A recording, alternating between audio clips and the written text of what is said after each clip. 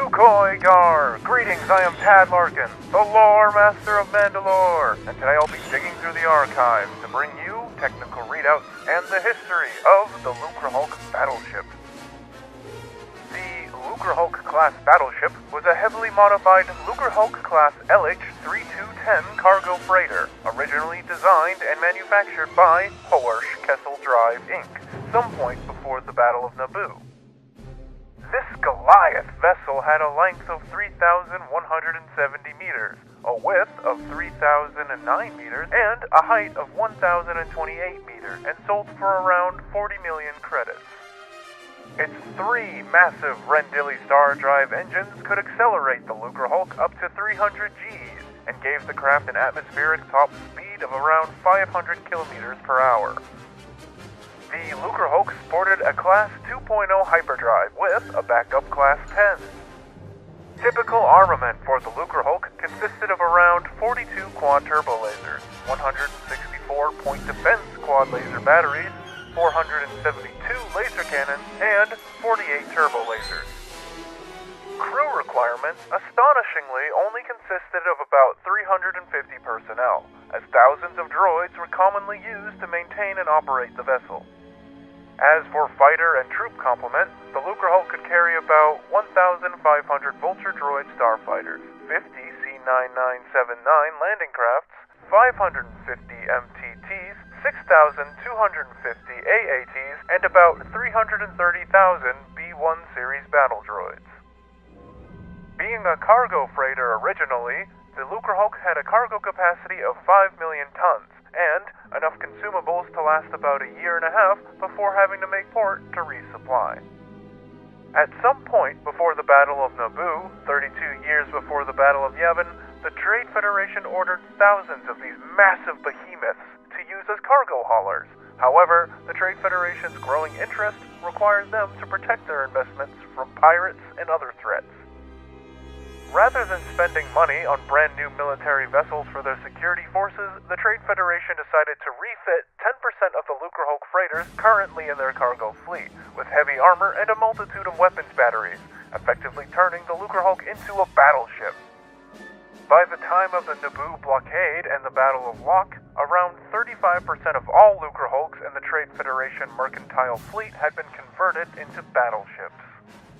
Some Lucrehulk battleships were specially fitted with specific rangefinders and sensor arrays for controlling the B-1 battle droid infantry as well as the Vulture droid starfighters, making up the majority of the Trade Federation's security force.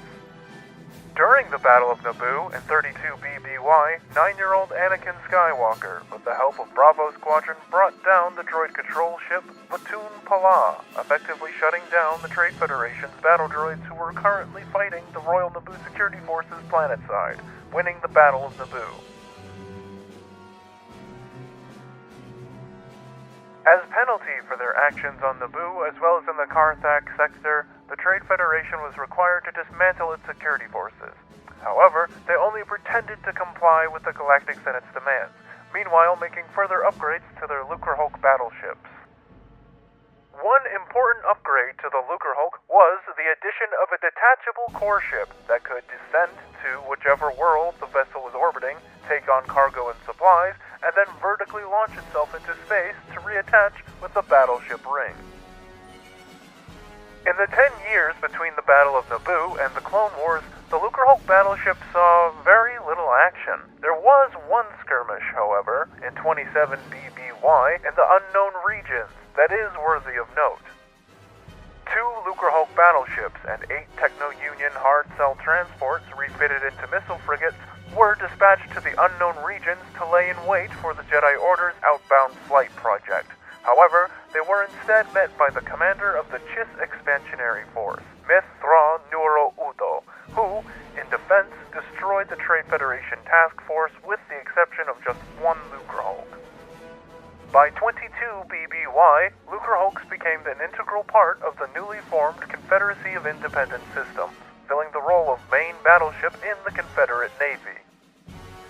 Lucrehulks were present at the Battle of Geonosis. However, most of the core ships were still on the surface by the time the clone forces initiated their assault, destroying some fleeing core ships in the process.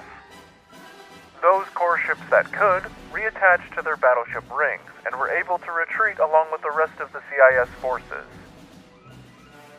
The Lucrehulk Battleship served in many battles of the Clone Wars, being refitted again with heavier armor and more weapons, as well as a new blue livery blazing the insignia of the CIS proudly on its hull. When the Clone Wars ended in 19 BBY, the Trade Federation was dissolved and the surviving Lucrehulk battleships were either scrapped, demilitarized and sold to the corporate sector, or used for target practice in Imperial flight schools and naval academies. Some fully operational Lucrehulks were still in action after the rise of the Galactic Empire, being used by CIS holdouts, a handful of planets and systems who refused to accept CIS defeat and reactivated their private droid armies.